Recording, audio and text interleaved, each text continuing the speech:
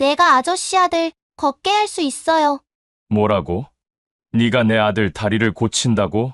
가난한 소녀의 한마디에 재벌 회장의 얼굴이 일그러졌습니다.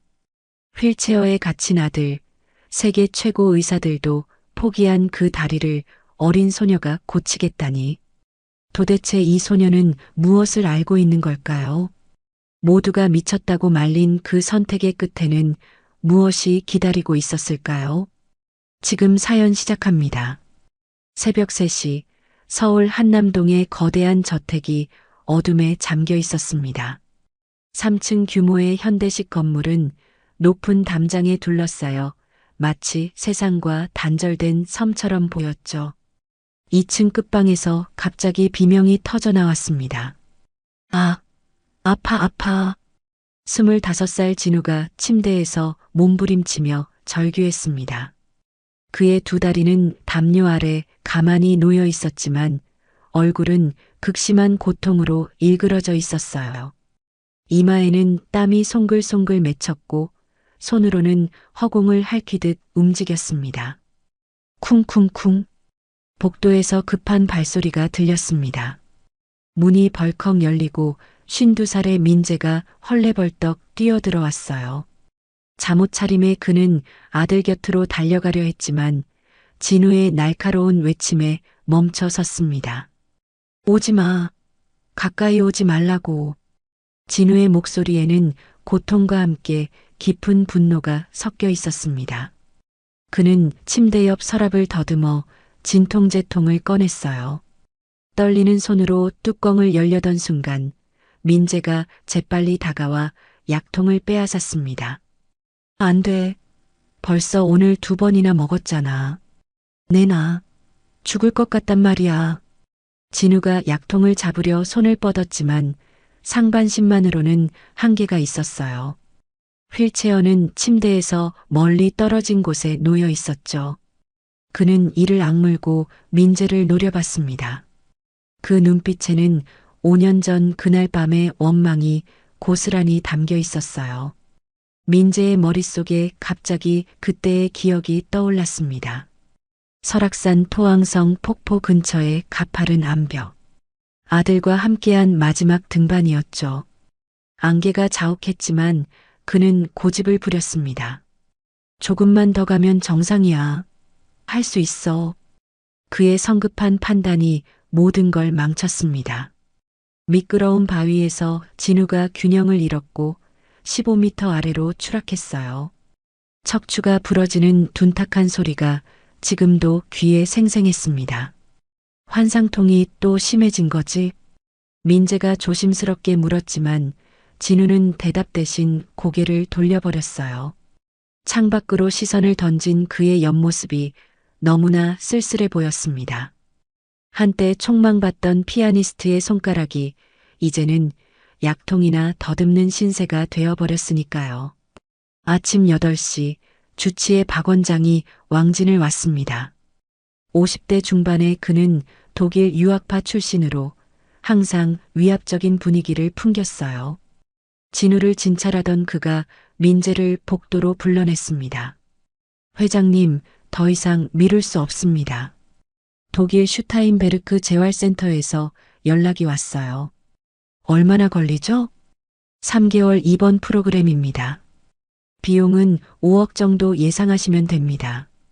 민재는 한숨을 내쉬었습니다. 돈이 문제가 아니었어요. 진우가 과연 치료받기를 원할지가 관건이었죠. 거실을 지나던 진우가 갑자기 휠체어를 멈췄습니다. 먼지 쌓인 그랜드 피아노가 눈에 들어왔어요. 스타인웨이 최고급 모델. 15살 생일에 어머니가 선물해 준 것이었죠. 그는 이를 악물고 휠체어를 몰아 피아노 다리를 세게 들이받았습니다. 쾅! 둔탁한 소리와 함께 피아노 줄이 웅웅거렸어요. 불협화음이 저택 전체에 울려 퍼졌습니다. 민재가 놀라 달려왔지만 진우는 이미 자기 방으로 돌아간 뒤였죠. 서재에 홀로 남은 민재는 아내의 유품 상자를 꺼냈습니다. 그 안에는 진우의 어린 시절 연주의 DVD가 있었어요. 12살 진우가 쇼팽 에뛰드를 연주하는 모습, 객석에서 행복하게 웃던 아내의 얼굴. 모든 게 꿈 같았던 시절이었죠. 미안해, 여보. 내가 우리 아들을 망쳤어. 그의 눈가에 눈물이 맺혔습니다. 문득 구석에 놓인 첼로 케이스가 보였어요. 먼지가 수북이 쌓여 있었지만 케이스에 붙은 낡은 포스터는 아직 선명했습니다. 민재와 진우, 부자 듀엣 콘서트라는 글씨가 20년 전의 꿈을 말해주고 있었죠. 민재는 노트북을 켜고 구인 사이트에 접속했습니다. 가정부 채용 공고를 올리면서 특별한 조건을 하나 추가했어요. 아이 동반 가능합니다.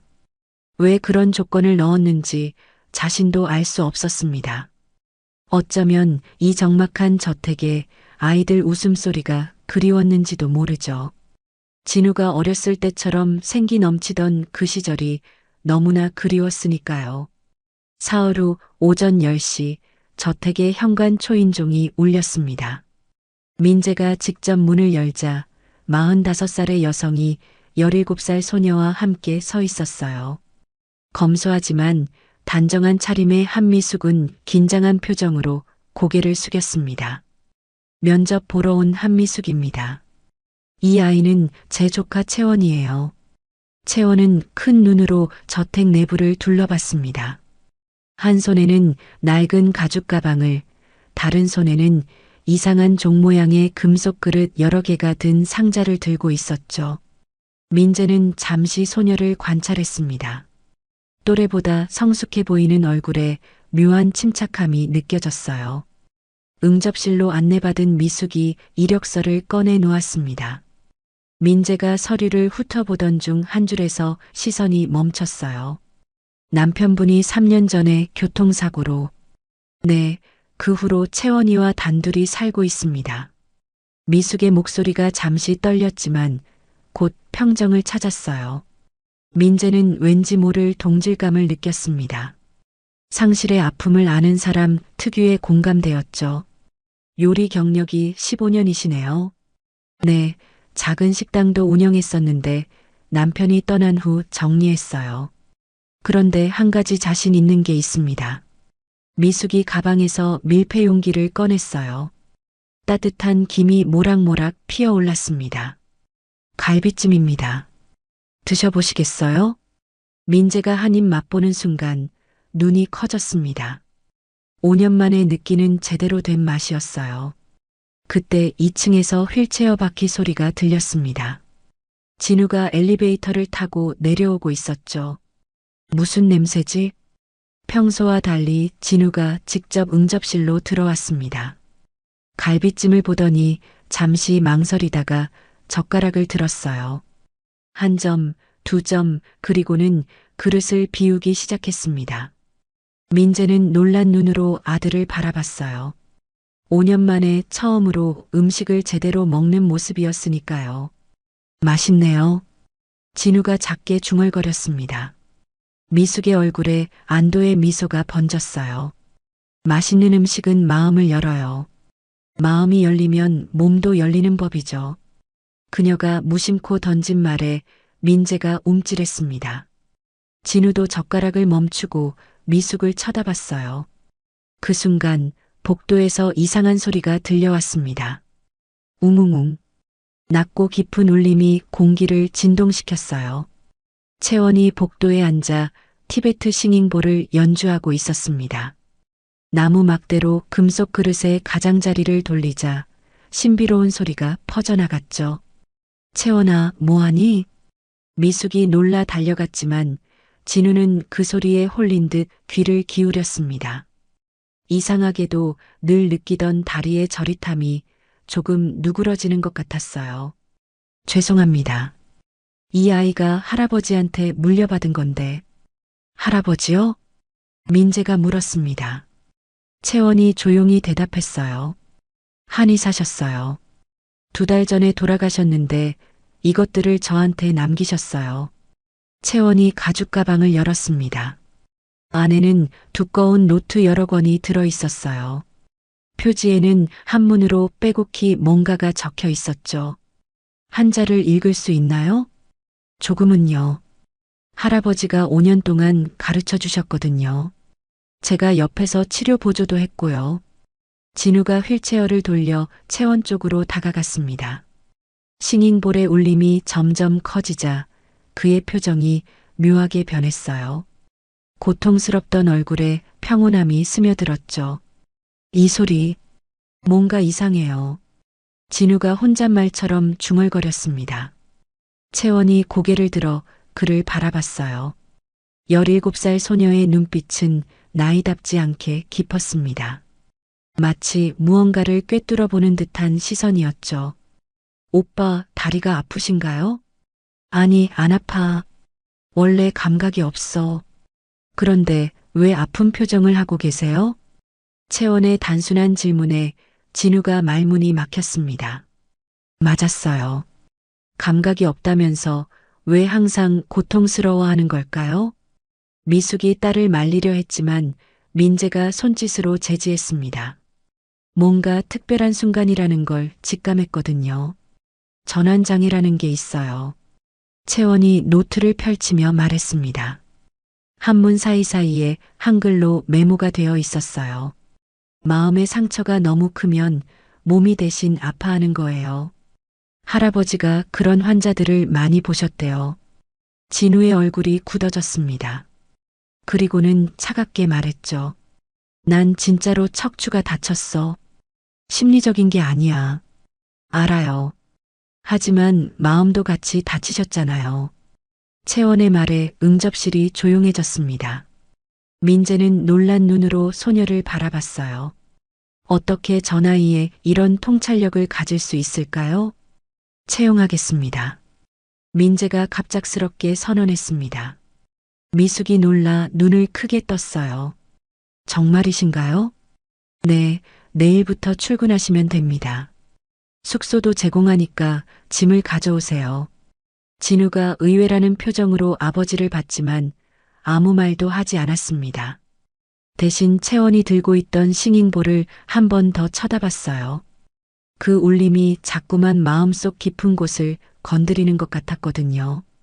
다음 날 새벽 5시 채원은 조용히 숙소를 나와 정원으로 향했습니다. 아직 어둠이 걷히지 않은 시간이었지만 그녀에게는 중요한 일과가 있었어요. 할아버지가 가르쳐준 기공 체조를 매일 빠짐없이 해야 했거든요. 차가운 공기를 깊게 들이마시며 채원은 천천히 팔을 들어 올렸습니다. 호흡에 맞춰 부드럽게 움직이는 모습이 마치 물속에서 춤추는 것처럼 우아했어요. 그녀의 손끝이 공기를 가르자 이상하게도 주변이 따뜻해지는 듯 했습니다. 2층 창문에서 누군가 그 모습을 지켜보고 있었어요. 진우였습니다. 불면증에 시달리다가 우연히 창밖을 본 것이었죠. 정원에서 움직이는 채원의 실루엣이 신비롭게 느껴졌습니다. 저게 뭐지? 무술인가? 진우는 휠체어를 창가로 더 가까이 끌고 갔어요. 채원의 동작 하나하나가 묘하게 마음을 편안하게 만들었습니다. 어제 싱잉볼 소리를 들었을 때와 비슷한 느낌이었죠. 아침 식사 후 채원은 작은 수첩을 꺼내 무언가를 적기 시작했습니다. 진우의 일과를 관찰하면서 기록을 남기는 것이었어요. 몇 시에 환상통이 오는지, 어떤 상황에서 표정이 굳어지는지 하나도 놓치지 않고 적었습니다. 새벽 3시 환상통, 오전 8시 약 복용, 10시 휠체어로 거실 이동, 피아노를 볼 때마다 인상 찌푸림. 채원의 차트는 점점 구체적으로 변해갔어요. 며칠 동안의 관찰 결과 흥미로운 패턴을 발견했습니다. 진우의 환상통은 항상 아버지와 마주친 후에 심해진다는 것이었죠. 오후 2시 채원은 저택 도서관에서 의학 서적을 읽고 있었습니다. 척수 손상과 시민성 마비에 관한 전문 서적이었어요. 어려운 내용이었지만 할아버지와 함께 공부했던 기억을 되살리며 열심히 읽었습니다. 채원 씨? 민재가 도서관으로 들어왔어요. 책에 열중한 채원을 보고 놀란 표정이었습니다. 이런 어려운 책을 읽고 있었네요. 진우 오빠를 이해하고 싶어서요. 불안전 마비인데도 전혀 못 움직이는 게 이상하거든요. 민재의 눈빛이 흔들렸습니다. 그도 늘 의문을 품고 있었던 부분이었어요.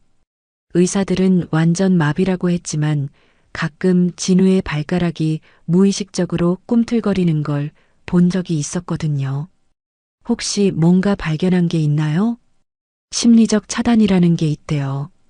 트라우마가 너무 커서 뇌가 스스로 신호를 차단하는 거예요. 채원이 책의 한 페이지를 가리켰습니다. 거기에는 전환장애와 관련된 사례들이 적혀 있었어요. 그때 박 원장이 정기 진료를 위해 도착했습니다.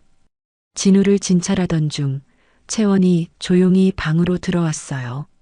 그녀는 박 원장의 진료를 유심히 지켜보다가 갑자기 질문을 던졌습니다. 선생님, MRI 상으로 신경이 일부 살아있다고 하셨죠? 박 원장이 인상을 찌푸렸어요. 어린 소녀가 의학적 질문을 한다는 게 못마땅했던 것이죠. 그래서요? 그런데 왜 전혀 움직이지 못하는 거예요? 불안전 마비면 조금이라도 움직여야 정상 아닌가요? 박 원장의 얼굴이 붉어졌습니다. 대답하기 곤란한 질문이었어요. 사실 그도 명확한 답을 갖고 있지 않았거든요. 의학적으로 복잡한 문제야. 어린 내가 이해할 수 없어. 그는 회피하듯 대답하고 서둘러 진료를 마쳤습니다. 하지만 진우는 채원의 질문이 계속 머릿속을 맴돌았어요. 정말로 자신의 다리는 완전히 죽은 걸까요? 저녁 식사 시간, 식당에서 음악이 흘러나왔습니다. 미숙이 분위기를 바꿔보려고 클래식 음악을 틀어놓은 것이었어요. 쇼팽의 녹턴이 잔잔하게 울려 퍼졌죠. 채원은 진우를 유심히 관찰했습니다. 그의 오른손 손가락이 식탁 위에서 미세하게 움직이고 있었어요. 피아노를 치는 듯한 움직임이었습니다. 무의식적인 반응이었죠. 오빠, 이 곡 좋아하세요? 진우가 깜짝 놀라 손을 움츠렸어요. 자신도 모르게 손가락이 움직인 걸 들킨 것 같아 당황했습니다. 아니, 그냥 손가락이 음악에 맞춰 움직이던데요. 근육 기억이 남아있는 거예요. 채원이 수첩에 또 무언가를 적었습니다. 진우는 불쾌한 표정을 지었지만 한편으로는 궁금했어요. 이 소녀가 대체 뭘 하려는 걸까요? 밤 9시 채원은 숙소에서 할아버지의 노트를 펼쳤습니다. 한문으로 빽빽이 적힌 내용을 한글로 번역하기 시작했어요. 어려운 작업이었지만 진우를 도울 수 있는 단서를 찾고 싶었습니다. 심신일원, 마음과 몸은 하나다. 할아버지의 첫 문장이 눈에 들어왔어요. 그 아래에는 구체적인 치료 사례들이 적혀 있었습니다. 전쟁 트라우마로 걷지 못하게 된 환자를 치료한 기록도 있었죠. 한편 민재의 서재에서는 무거운 침묵이 흐르고 있었습니다. 진우와 마주 앉아 있었지만 두 사람 사이에는 보이지 않는 벽이 있었어요. 5년 동안 쌓인 벽이었죠. 오늘 컨디션은 어때? 그냥 그래요. 짧은 대답만 오갔습니다. 민재는 아들과 제대로 대화하고 싶었지만 무슨 말을 해야 할지 몰랐어요. 진우도 마찬가지였습니다. 서로 상처 주는 말만 하게 될까봐 입을 다물고 있었죠. 일주일이 지난 아침, 식당에는 무거운 정적이 흐르고 있었습니다. 진우는 음식을 앞에 두고도 젓가락을 들지 않았어요. 민재는 아들을 걱정스럽게 바라보다가 신문으로 시선을 돌렸습니다. 미숙은 묵묵히 추가 반찬을 준비하고 있었죠. 채원은 진우 옆에 앉아 조용히 관찰하고 있었습니다. 일주일 동안의 기록을 통해 그녀는 확신을 갖게 되었어요. 진우의 상태는 단순한 척수 손상이 아니었습니다. 훨씬 복잡한 무언가가 숨어 있었죠. 진우 오빠. 채원이 갑자기 입을 열었습니다. 모든 시선이 그녀에게 쏠렸어요. 채원은 숨을 깊게 들이마시고 말을 이어갔습니다. 오빠는 불안전 마비예요. 걸을 수 있어요. 탕. 진우가 들고 있던 숟가락이 바닥에 떨어졌습니다. 그의 얼굴이 순식간에 붉어졌어요.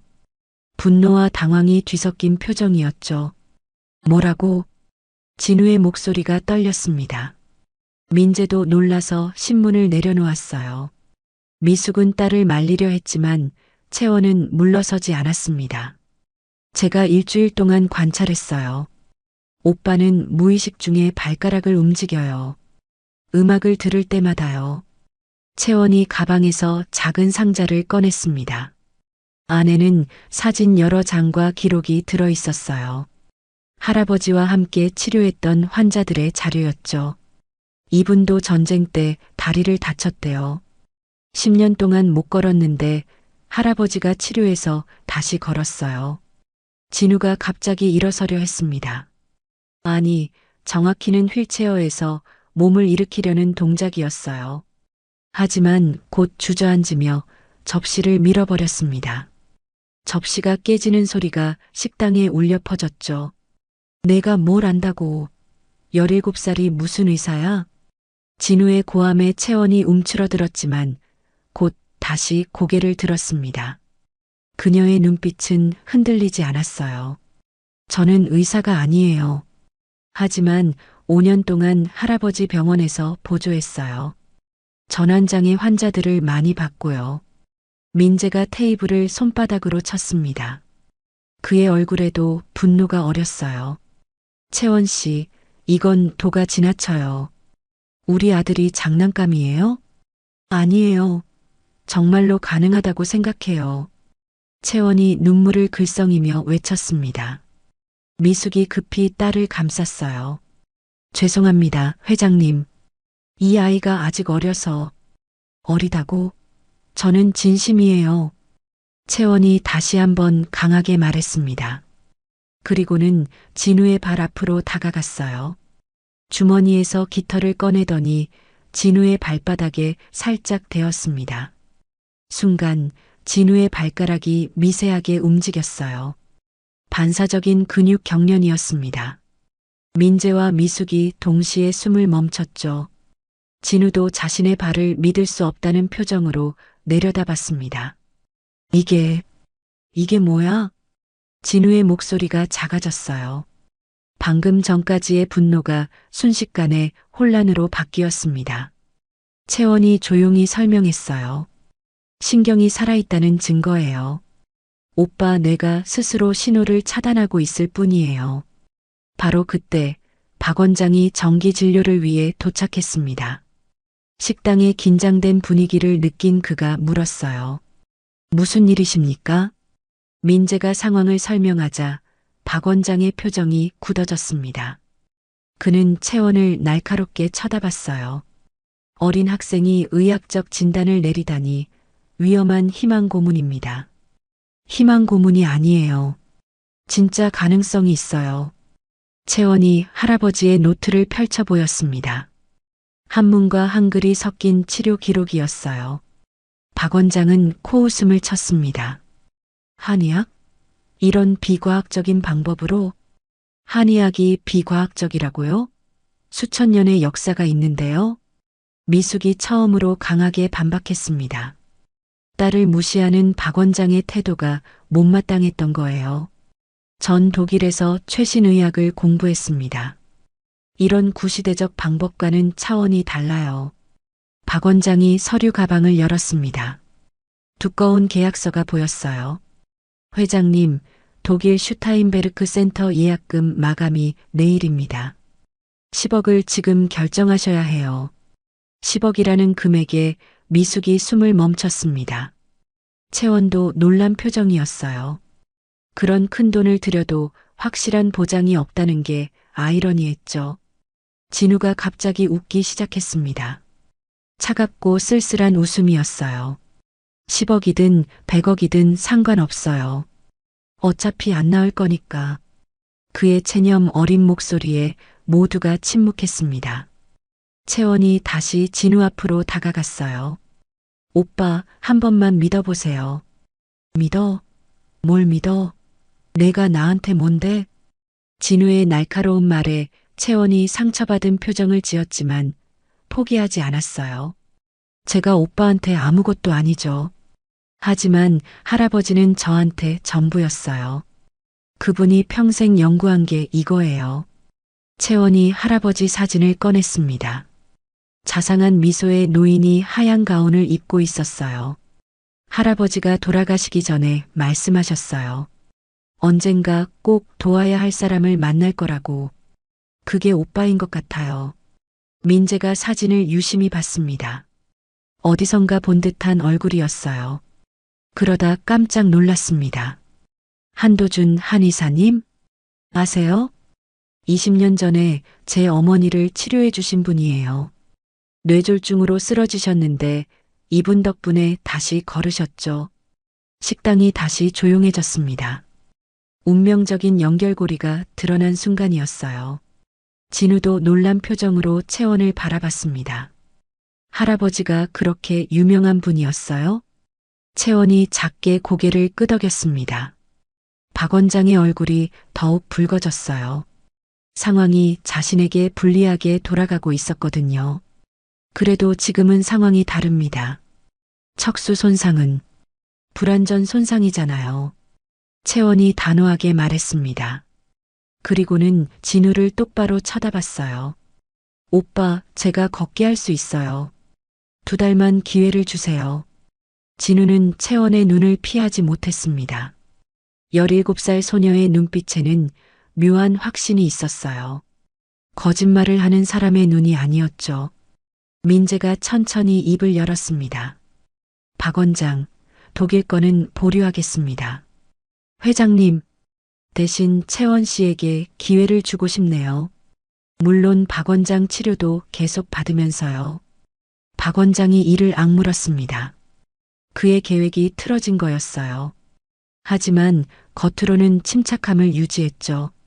후회하실 겁니다. 박 원장이 차갑게 말하고 진료 가방을 챙겼습니다. 떠나기 전에 채원을 노려보며 속삭였어요. 미성년자가 의료행위를 하면 어떻게 되는지 알아? 위협적인 목소리였지만 채원은 물러서지 않았습니다. 오히려 더 당당하게 맞섰어요. 지압이랑 대화가 의료행위인가요? 박 원장이 아무 말 없이 떠난 후 식당에는 이상한 긴장감이 맴돌았습니다. 진우가 휠체어를 돌려 자기 방으로 가려고 했어요. 하지만 문 앞에서 멈춰 섰습니다. 2달이라고 했지? 채원이 놀란 표정으로 고개를 끄덕였어요. 정말 실패하면 그때는 포기해. 진우의 목소리에는 작은 기대가 섞여 있었습니다. 5년 만에 처음으로 품어보는 희망이었어요. 그날 밤 민재는 서재에서 잠을 이루지 못했습니다. 책상 위에는 2개의 서류 뭉치가 놓여 있었어요. 하나는 독일 재활센터 계약서, 다른 하나는 한도준 한의사의 경력을 조사한 자료였죠. 한도준 한의사는 생각보다 대단한 인물이었습니다.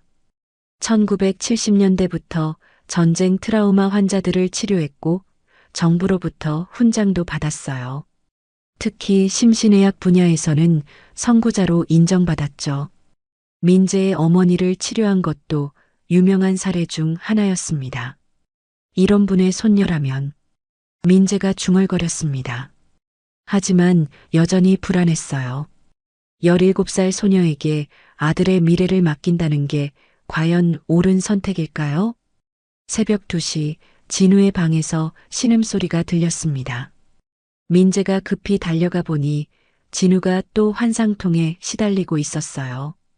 이마에 땀이 송글송글 맺혀 있었고 이불을 꽉 움켜쥔 손마디가 하얗게 질려 있었습니다. 약 좀. 진우가 힘겹게 말했지만 민재는 망설였습니다.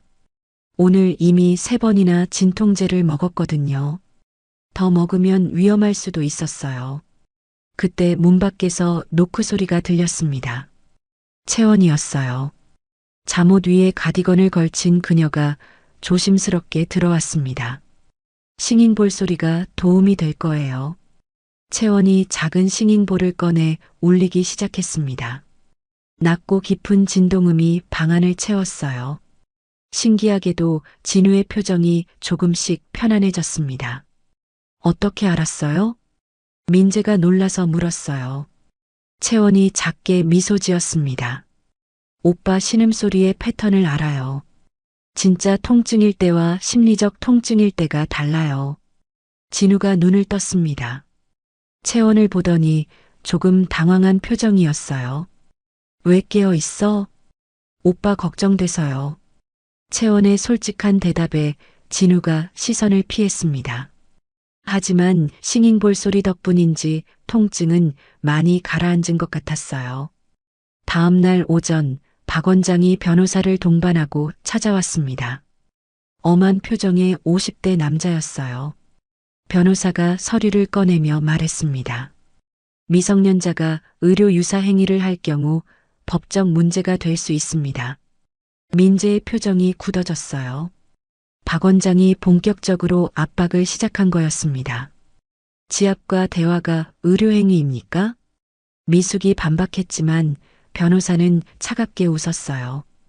판단은 법원이 하겠죠. 하지만 언론에 알려지면 회장님 이미지는 타격을 받을 겁니다. 민재가 주먹을 꽉 쥐었습니다. 대기업 회장인 자신의 약점을 정확히 노린 거였어요. 하지만 진우가 갑자기 끼어들었습니다. 그만하세요, 박 원장. 모두가 놀라서 진우를 봤어요. 휠체어에 앉아 있었지만 그의 눈빛은 단호했습니다. 어젯밤에 채원이가 없었으면 전 진통제 과다 복용으로 응급실에 갔을 거예요. 박 원장의 얼굴이 붉어졌습니다. 자신이 처방한 약의 한계를 지적당한 거였으니까요. 그건 일시적인 게 5년째예요. 진우의 목소리에 쓴웃음이 묻어났어요. 박 원장이 할 말을 잃었습니다. 오후에 민재는 오래된 앨범을 꺼냈습니다. 20년 전 사진들이었어요. 그 중에 한 장이 눈에 띄었습니다. 어린 진우가 첼로를 들고 있는 민재 옆에서 피아노를 치는 사진이었죠. 여보, 진우랑 협연하면 정말 좋겠어요. 죽은 아내의 목소리가 귓가에 들리는 것 같았습니다. 민재는 창고로 향했어요. 먼지 쌓인 첼로 케이스를 열어봤습니다. 혀는 끊어져 있었지만 악기 자체는 멀쩡했어요. 혹시 민재의 마음속에 작은 계획이 떠올랐습니다. 채원이 말한 심리적 치유가 정말 가능하다면 음악이 도움이 될지도 모른다는 생각이었어요. 저녁 채원은 진우를 찾아갔습니다. 손에는 두꺼운 의학 서적이 들려 있었어요. 오빠, 이거 봐요. 책에는 불안전 척수 손상 환자의 재활 성공 사례가 나와 있었습니다.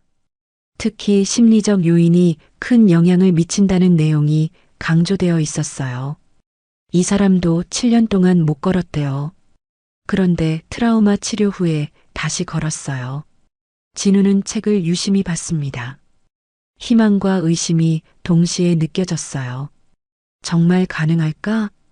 오빠가 믿으면 가능해요. 채원의 확신에 찬 목소리에 진우가 잠시 생각에 잠겼습니다. 그리고는 조용히 물었어요.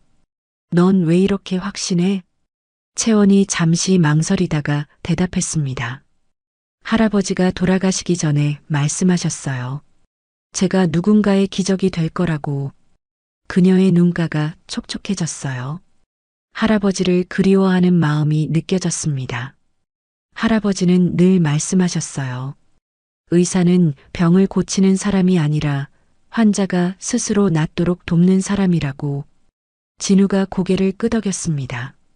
뭔가 마음에 와닿는 말이었어요. 그날 밤 민재는 결심했습니다.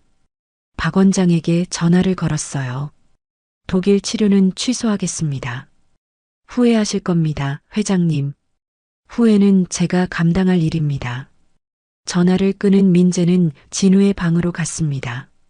아들이 아직 깨어 있었어요. 진우야, 채원이 치료를 받아보는 게 어떻겠니? 진우가 아버지를 봤습니다. 5년 만에 처음으로 아버지가 자신의 의견을 물어본 거였어요.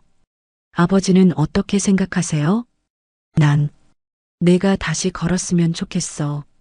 어떤 방법이든. 민재의 목소리가 떨렸습니다. 진심이 느껴졌어요. 진우도 숨을 깊게 들이마셨습니다. 해보죠. 2달이면 짧은 시간이니까.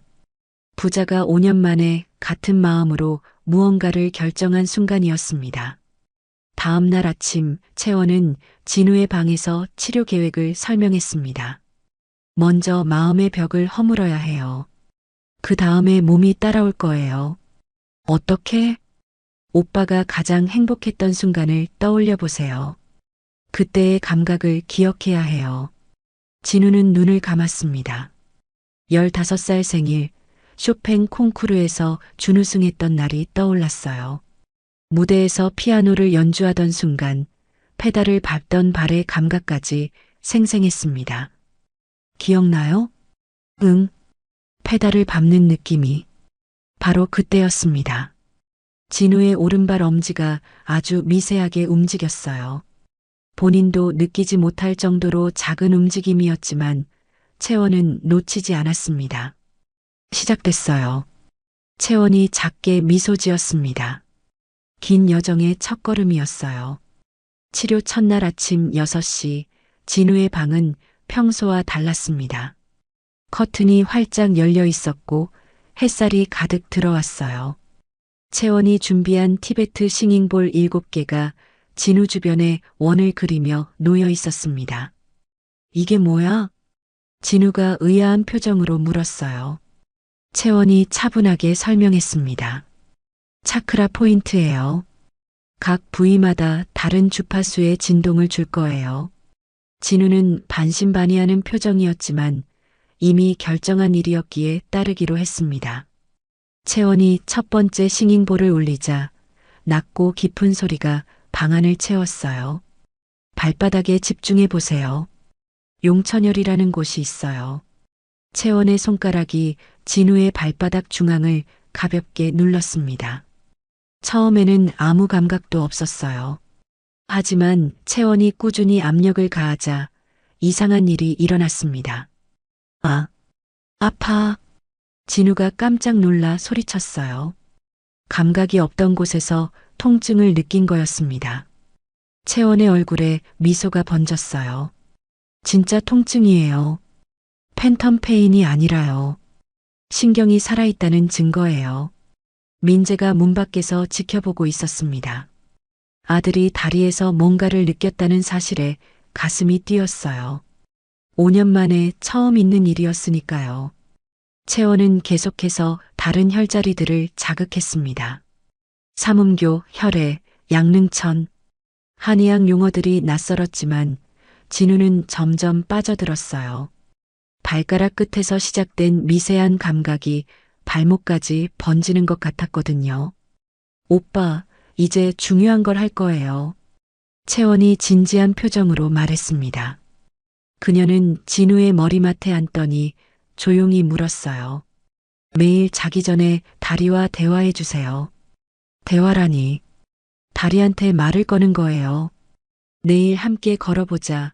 고마워. 미안해. 뭐든 좋아요. 진우는 어이없다는 표정이었지만 채원의 진지한 눈빛에 고개를 끄덕였습니다. 한편 박 원장은 병원에서 다른 의사들과 회의를 하고 있었습니다. 테이블 위에는 진우의 의료 기록이 펼쳐져 있었어요. 믿을 수 없는 일입니다. 17살 아이가 무슨 치료를 한다고. 박 원장이 분개했지만 젊은 의사 한 명이 조심스럽게 의견을 냈어요. 하지만 최근 연구에 따르면 심리적 요인이 마비 회복에 큰 영향을 준다고. 그건 학술적 이론일 뿐이야. 박 원장이 테이블을 쳤습니다. 사실 그가 화난 진짜 이유는 따로 있었어요. 독일 센터와의 계약이 취소되면서 거액의 커미션을 잃게 된 거였죠. 저녁 민재는 오랜만에 창고에서 첼로를 꺼냈습니다. 먼지를 닦고 새 현을 갈았어요. 손가락이 떨렸지만 20년 전 감각이 조금씩 돌아왔습니다. 첫 음을 켜는 순간 진우가 휠체어를 타고 나타났어요.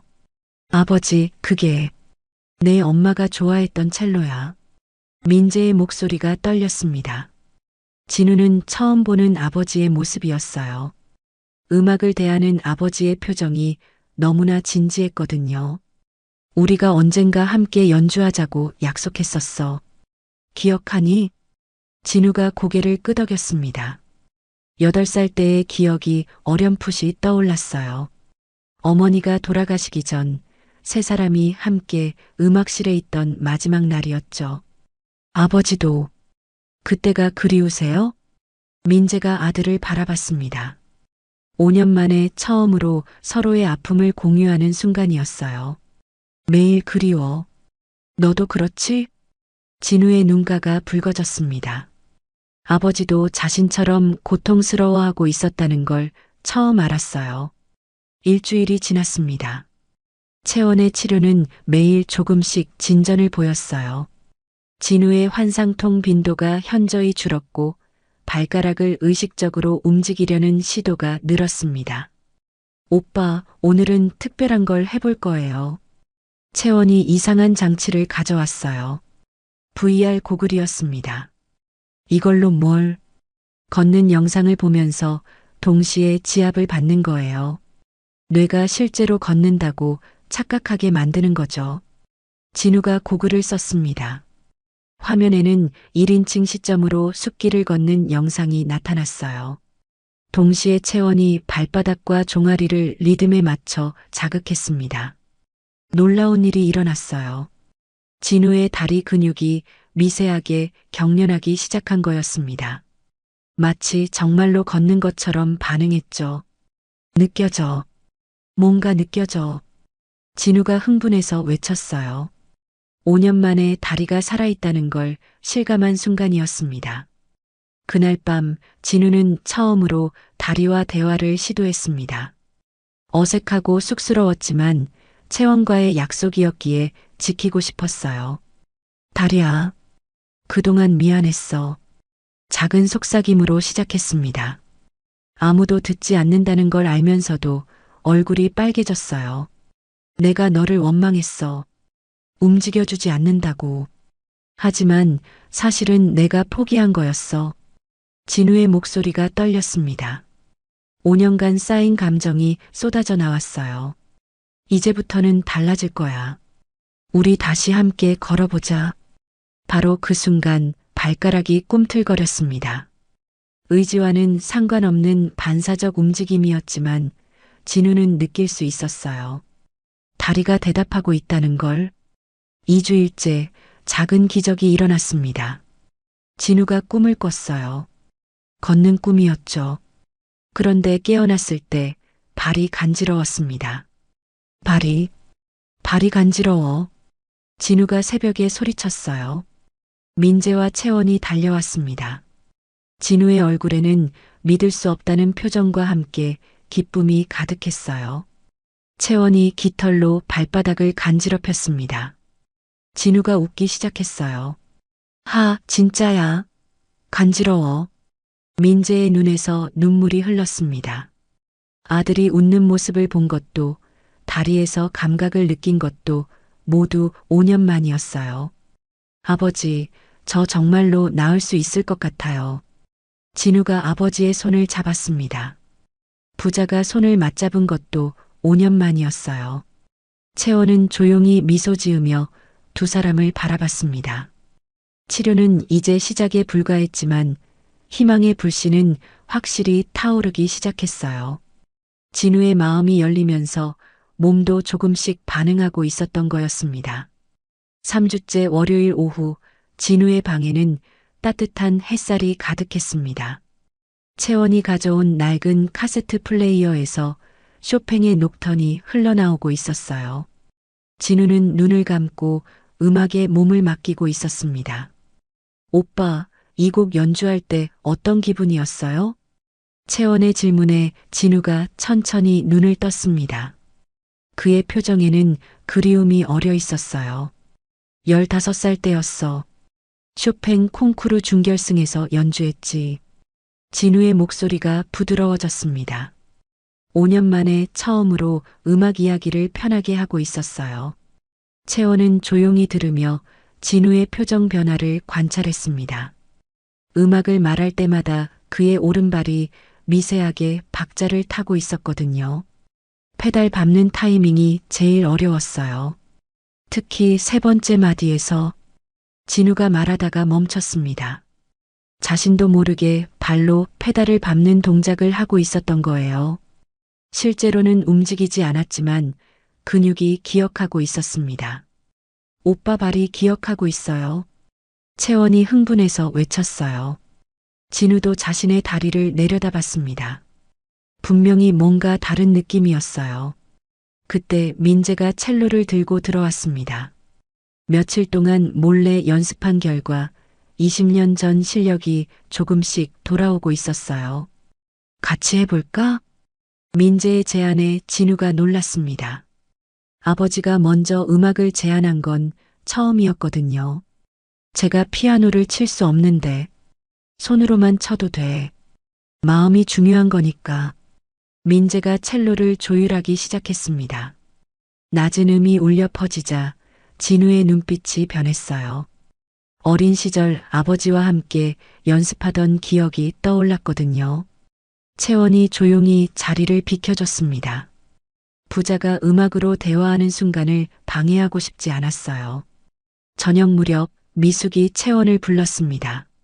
모녀가 정원 벤치에 나란히 앉았어요. 채원아, 진우 씨 상태가 정말 좋아지고 있니? 네, 엄마. 정말로 가능성이 보여요. 채원의 눈이 반짝였습니다. 하지만 미숙의 표정은 걱정스러웠어요. 너무 깊이 관여하는 것 같아 걱정이야. 만약 실패하면 실패하지 않을 거예요. 할아버지가 가르쳐 준 대로 하고 있어요. 채원이 할아버지 노트를 꺼냈습니다. 한문으로 쓰인 부분을 대부분 해독했어요. 특히 한 구절이 눈에 띄었습니다. 의사와 환자 사이에 신뢰가 없으면 어떤 치료도 소용없다. 미숙이 딸의 어깨를 감쌌습니다. 17살 나이에 너무 무거운 책임을 지고 있는 것 같아 마음이 아팠어요. 다음 날 아침 진우가 처음으로 자발적으로 채원을 찾았습니다. 어제 아버지랑 연주하면서 느낀 건데 오른발이 정말로 페달을 밟고 싶어 했어. 진우의 목소리에는 설렘이 있었어요. 채원이 미소 지었습니다. 그럼 오늘은 실제로 페달을 밟는 연습을 해봐요. 채원이 작은 페달 모형을 가져왔어요. 나무로 만든 간단한 장치였지만 실제 피아노 페달과 비슷한 무게감이 있었죠. 발을 올려놓고 마음으로 누르는 거예요. 실제로 움직이지 않아도 돼요. 진우가 조심스럽게 발을 올렸습니다. 그리고 눈을 감고 상상했어요. 무대 위에서 연주하는 자신의 모습을, 관객들의 박수 소리를, 그리고 페달을 밟는 그 순간의 감각을.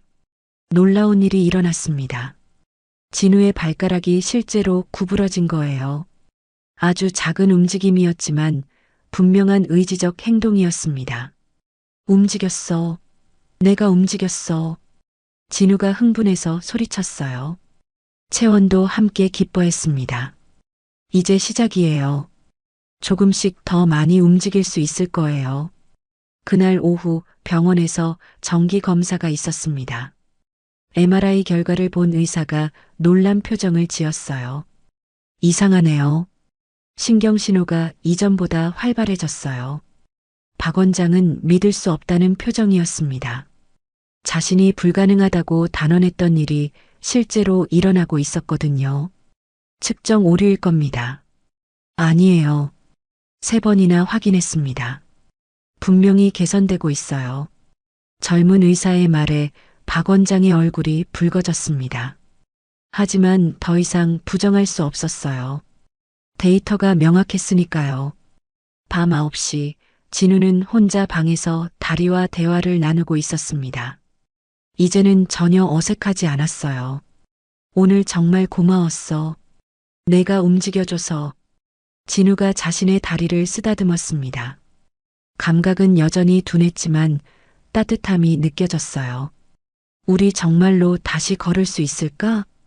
마치 대답하듯 발가락이 또 한 번 꿈틀거렸습니다. 진우의 눈에 눈물이 고였어요. 희망이 현실이 되어가고 있었습니다. 한편 채원은 할아버지 노트의 마지막 부분을 읽고 있었습니다. 거기에는 흥미로운 내용이 적혀 있었어요.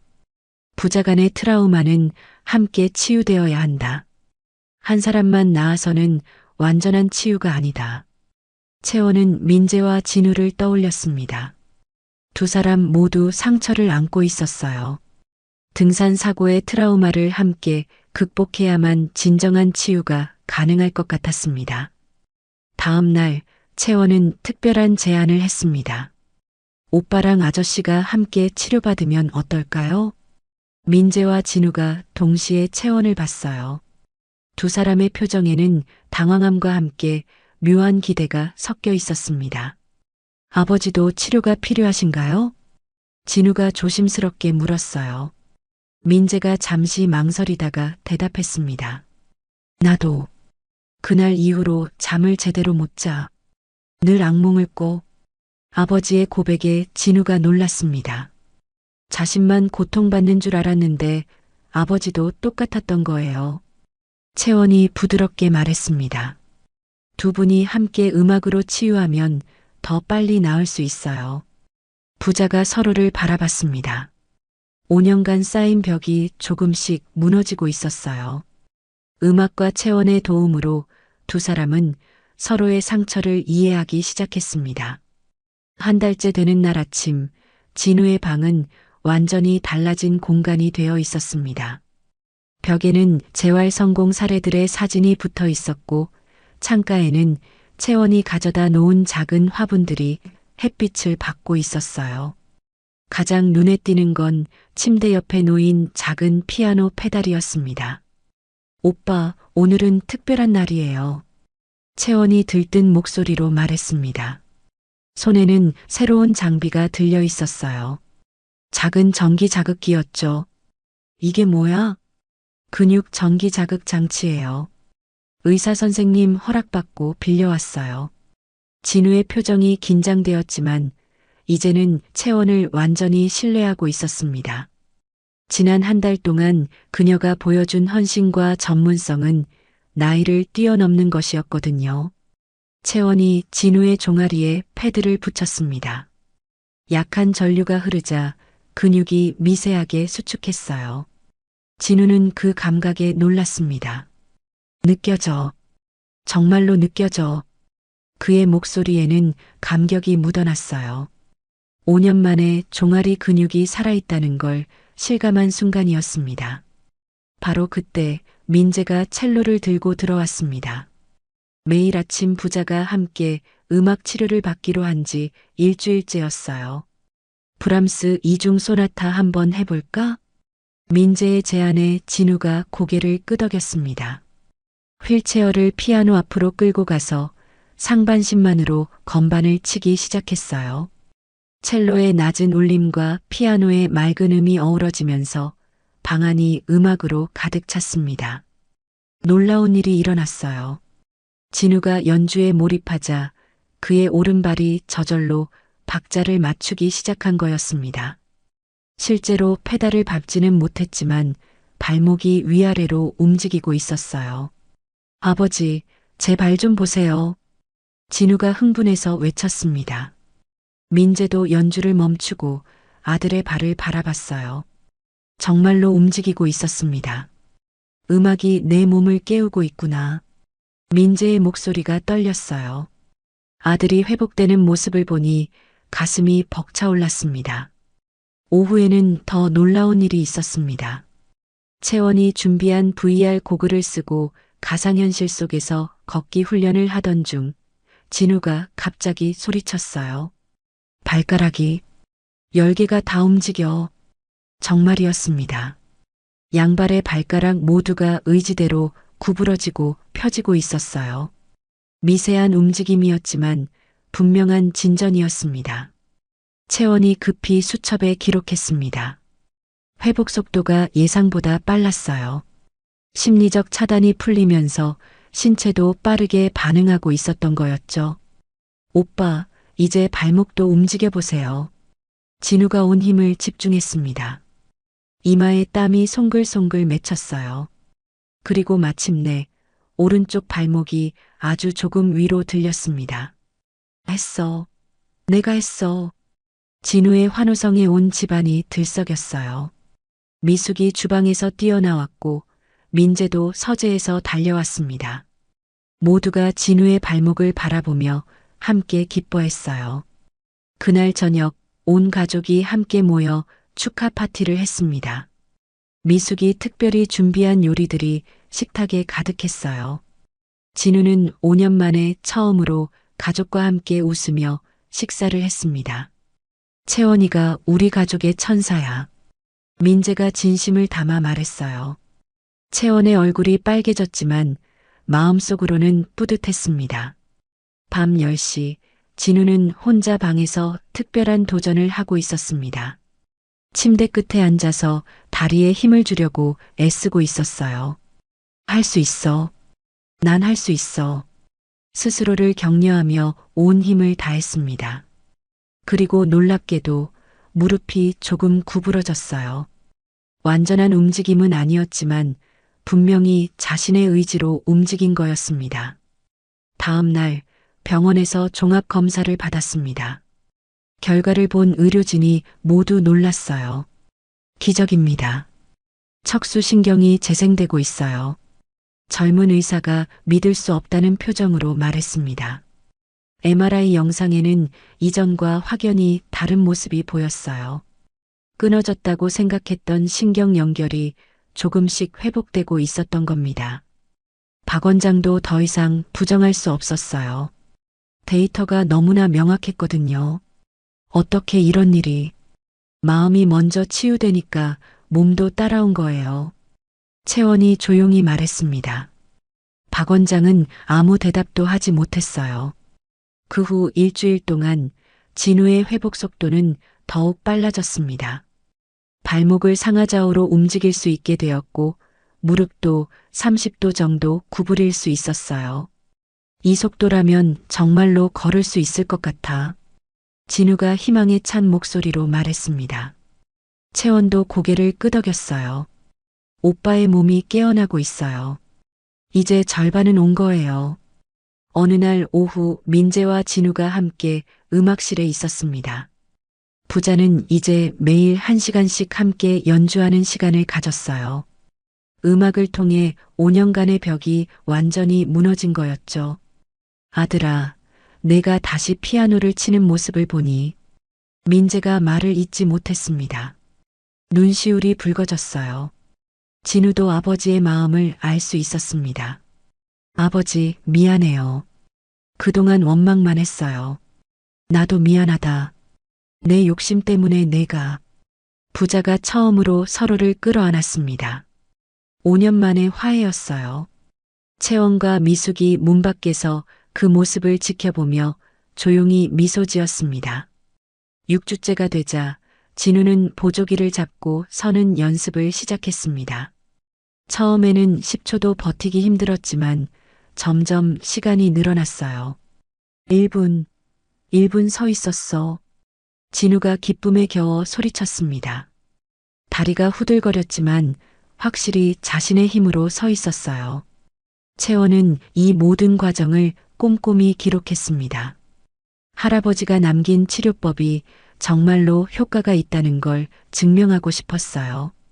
언젠가 더 많은 사람들을 도울 수 있기를 바라면서 말이죠. 7주째 수요일 아침 저택의 분위기는 들떠 있었습니다.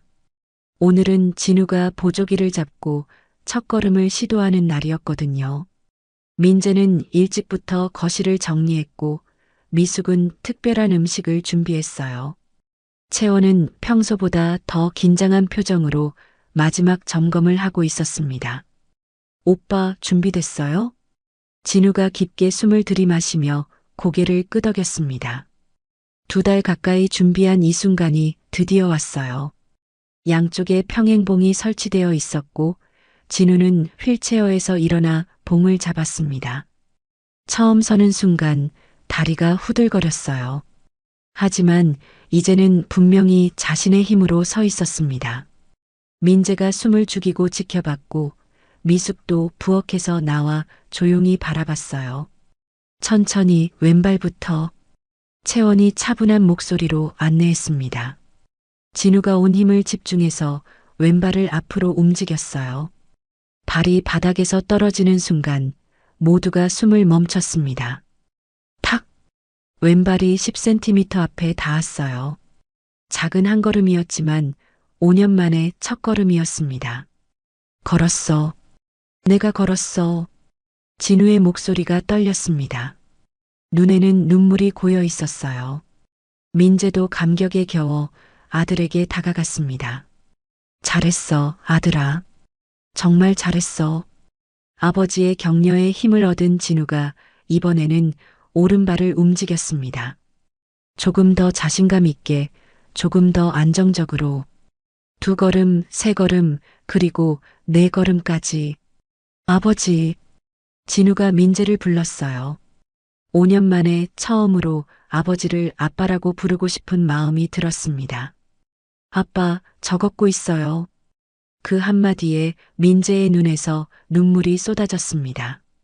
아들이 다시 아빠라고 불러준 것도, 걷는 모습을 본 것도 모두 기적 같았어요. 바로 그때 현관문이 열리며 누군가 들어왔습니다. 박 원장이었어요. 그는 믿을 수 없다는 표정으로 진우를 바라봤습니다. 이게 어떻게 선생님이 불가능하다고 했던 일이 일어났어요. 진우가 당당하게 말했습니다. 박 원장은 할 말을 잃었어요. 자신의 의학적 판단이 완전히 틀렸다는 걸 인정해야 했거든요. 그날 오후 긴급하게 의료진이 소집되었습니다. 진우의 상태를 정밀 검사한 결과는 놀라웠어요. 척수신경이 상당 부분 회복되었습니다. 의학적으로 설명하기 어려운 수준이에요. 젊은 의사가 흥분해서 설명했습니다. MRI 영상을 본 다른 의사들도 모두 놀란 표정이었어요. 심리적 치료가 이런 결과를 만들 수 있다니. 박 원장도 마침내 인정했습니다. 그는 채원에게 다가가 고개를 숙였어요. 미안합니다. 제가 편견을 가지고 있었어요. 채원은 담담하게 고개를 끄덕였습니다. 원망하는 마음은 없었어요. 진우가 회복되는 것만으로도 충분히 보상받은 기분이었거든요. 저녁 온 가족이 정원에 모였습니다. 진우는 보조기를 잡고 정원을 한 바퀴 돌았어요. 느린 걸음이었지만 확실한 발걸음이었습니다. 엄마가 살아계셨다면 정말 기뻐하셨을 텐데. 진우가 하늘을 바라보며 말했습니다. 민재가 아들의 어깨를 감쌌어요. 하늘에서 보고 계실 거야. 내가 다시 걷는 모습을. 그때 채원이 무언가를 발견했습니다. 진우가 걸을 때마다 표정이 미묘하게 변하는 걸 알아챈 거예요. 오빠, 혹시 음악을 들으면서 걸으면 어떨까요? 음악을? 채원이 작은 스피커를 가져와 쇼팽의 발라드를 틀었습니다. 신기하게도 음악이 흐르자 진우의 걸음이 더 자연스러워졌어요.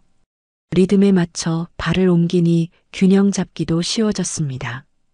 음악이 도와주는 것 같아. 진우가 기쁘게 외쳤어요. 피아니스트였던 그에게 음악은 몸의 일부나 다름없었으니까요. 그날 밤 진우는 일기를 썼습니다. 5년 만에 처음이었어요. 오늘 나는 다시 태어났다. 채원이와 아버지, 그리고 모든 사람들 덕분에. 이제 정말로 새로운 시작이다. 펜을 내려놓고 자신의 다리를 바라봤습니다. 여전히 완전하지는 않았지만 분명히 살아있었어요. 그리고 앞으로 더 좋아질 거라는 확신이 있었습니다.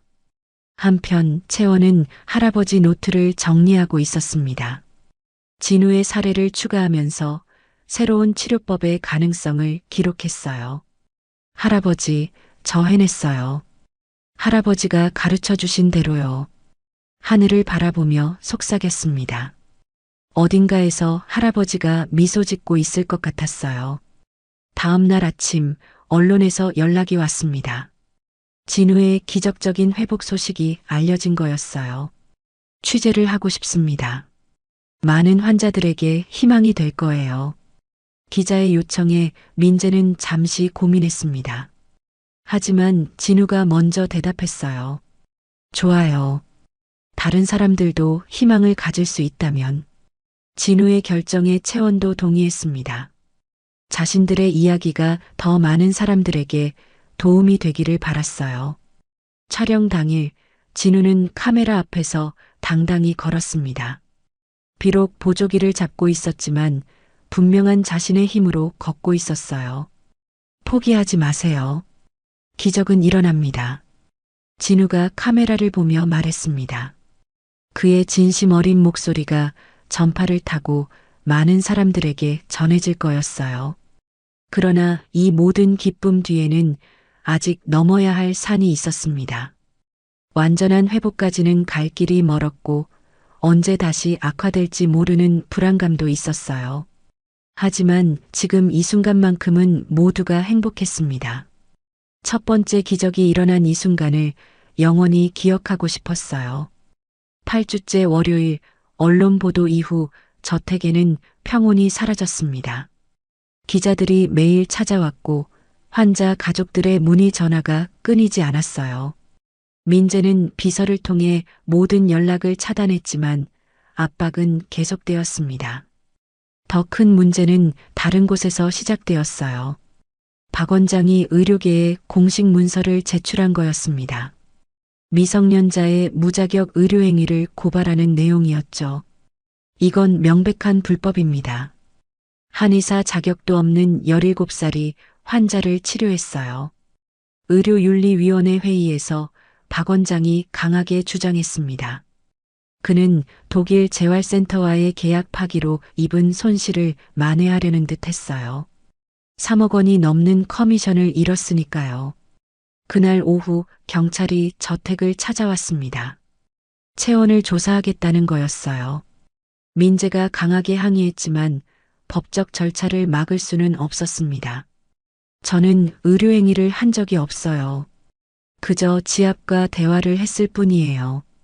채원이 담담하게 대답했지만 경찰관의 표정은 딱딱했습니다. 조사 서류를 작성하는 동안 진우는 안절부절 못했어요. 제가 증언하겠습니다. 채원이는 아무 잘못이 없어요. 하지만 진우의 증언만으로는 부족했습니다. 법적으로 애매한 부분이 많았거든요. 채원이 사용한 전기 자극기나 의학 서적을 참고한 것도 문제가 될 수 있었어요. 더 나쁜 소식이 이어졌습니다. 진우의 상태가 갑자기 나빠진 거였어요. 스트레스 때문인지 다시 환상통이 시작되었고 겨우 움직이던 다리도 힘이 빠지기 시작했습니다. 안 돼. 이럴 수는 없어. 진우가 절망적으로 중얼거렸습니다. 보조기를 잡고 서려 했지만 다리가 말을 듣지 않았어요. 마치 처음으로 돌아간 것 같았습니다. 채원이 급히 달려왔지만 진우는 그녀를 밀어냈어요. 이제 그만해. 너도 위험해질 거야. 오빠, 경찰이 왔잖아. 내가 잡혀가면 어떡해? 진우의 목소리에는 두려움이 가득했습니다. 자신 때문에 채원이 피해를 입을까봐 걱정됐어요. 그날 밤 미숙이 채원과 진지한 대화를 나눴습니다. 이제 그만하자. 우리가 할 수 있는 건 다 했어. 엄마 하지만 내가 경찰에 조사받는 걸 아빠가 하늘에서 보면 얼마나 속상하시겠니? 미숙의 눈에 눈물이 고였어요. 딸이 고생하는 모습을 보는 게 너무 힘들었습니다. 다음 날 의료 전문 변호사가 찾아왔습니다. 박 원장이 고용한 사람이었어요. 그는 두꺼운 서류 뭉치를 테이블에 올려놓았습니다. 합의하시는 게 좋을 겁니다. 재판까지 가면 채원 양이 불리해요. 무슨 합의요? 민재가 날카롭게 물었습니다. 변호사가 서류를 펼쳤어요. 채원 양이 더 이상 진우 씨를 치료하지 않는다는 각서입니다. 그리고 언론에 사과문을 내면 고발을 취하하겠답니다. 민재의 얼굴이 붉어졌습니다. 분노가 치밀어 올랐어요. 이건 협박이야. 사실을 말씀드리는 겁니다. 미성년자가 전가자가 되길 원하시나요? 변호사의 차가운 말에 모두가 침묵했습니다. 채원의 미래가 걸린 문제였어요. 진우가 휠체어를 타고 나타났습니다. 이틀 만에 다시 휠체어 신세가 된 거였어요. 채원이를 내버려둬요. 이 모든 게 제 탓이에요. 진우의 체념 어린 목소리가 가슴을 아프게 했습니다. 한 달 전의 희망찬 모습은 온데간데 없었어요. 채원이 고개를 저었습니다. 포기 안 해요. 오빠가 다시 일어설 때까지. 그만해. 너까지 망칠 수는 없어. 진우가 처음으로 채원에게 소리쳤어요. 그의 눈에는 절망과 분노가 뒤섞여 있었습니다. 그때 전화벨이 울렸습니다. 병원에서 온 전화였어요. 검사 결과가 나왔습니다. 진우 씨의 상태가. 의사의 목소리가 떨렸습니다. 좋지 않은 소식인 것 같았어요. 척수신경에 염증이 생겼습니다. 무리한 재활 때문일 수도 있고. 민재가 전화를 떨어뜨릴 뻔했습니다. 겨우 회복되던 아들이 다시 악화된다니 믿을 수 없었어요. 박 원장이 병원에 나타났습니다. 그의 얼굴에는 승리의 미소가 어려 있었어요. 제가 뭐라고 했습니까? 검증되지 않은 치료는 위험하다고요. 이건 선생님이 조작한 거 아닌가요? 채원이 의심스럽게 물었지만 박 원장은 코웃음을 쳤어요. 증거가 있나요? 데이터는 거짓말하지 않아요. 실제로 MRI 영상에는 염증이 선명하게 보였습니다. 누구도 부정할 수 없는 사실이었어요. 진우는 병실 침대에 누워 천장을 바라봤습니다. 다시 시작점으로 돌아온 기분이었어요. 아니, 더 나빠진 것 같았습니다. 아빠, 저 정말 안 되는 건가 봐요. 민재가 아들의 손을 꽉 잡았습니다. 포기하지 마. 우리가 한번 해냈잖아. 하지만 진우의 눈빛은 이미 꺼져가고 있었어요. 희망을 품었다가 다시 절망하는 건 너무나 고통스러웠거든요. 채원은 복도에서 혼자 울고 있었습니다. 할아버지 노트를 꽉 안고서요. 할아버지, 제가 뭘 잘못한 걸까요? 왜 오빠가 다시 아픈 거예요? 대답 없는 질문만이 병원 복도에 메아리 쳤습니다. 기적은 정말 끝난 걸까요? 아니면 이것도 회복 과정의 일부일까요? 아무도 알 수 없었습니다. 병원에 입원한 지 사흘째 되는 아침, 진우의 상태는 최악이었습니다. 척수 염증이 퍼지면서 다리뿐만 아니라 허리까지 감각이 사라지기 시작했어요. 의료진은 긴급 회의를 거듭했지만 뚜렷한 해결책을 찾지 못했습니다. 스테로이드 치료를 시작해야 합니다. 염증을 막지 못하면. 담당 의사가 말을 끝맺지 못했어요. 하지만 모두가 알고 있었습니다. 최악의 경우 전신마비가 될 수도 있다는 걸요. 진우는 병실 침대에 누워 있었습니다. 겨우 회복했던 희망이 모두 사라진 지금 그의 눈은 텅 비어 있었어요. 민재가 아들 곁을 지키고 있었지만 무슨 말을 해야 할지 몰랐습니다. 그때 채원이 병실로 들어왔어요. 하지만 진우는 고개를 돌려버렸습니다. 나가. 너 때문이야. 차가운 말에 채원이 멈춰섰습니다. 진우의 목소리에는 원망이 가득했어요. 오빠, 내가 희망을 줬어. 할 수 있다고, 걸을 수 있다고. 그런데 봐, 더 나빠졌잖아. 진우가 소리쳤습니다. 그의 얼굴이 일그러졌어요. 분노와 절망이 뒤섞인 표정이었죠. 채원의 눈에서 눈물이 흘렀습니다. 진우의 말이 맞았어요. 자신이 섣부른 희망을 준 것 같아 죄책감이 밀려왔습니다. 미안해요. 정말 미안해요. 채원이 울며 병실을 뛰쳐나갔습니다. 민재가 아들을 바라봤어요. 너무 심했어. 아버지도 나가세요.